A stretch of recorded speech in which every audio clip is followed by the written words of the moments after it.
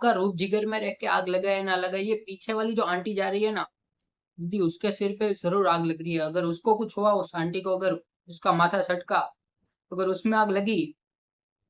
तो फिर दीदी आपके लिए बहुत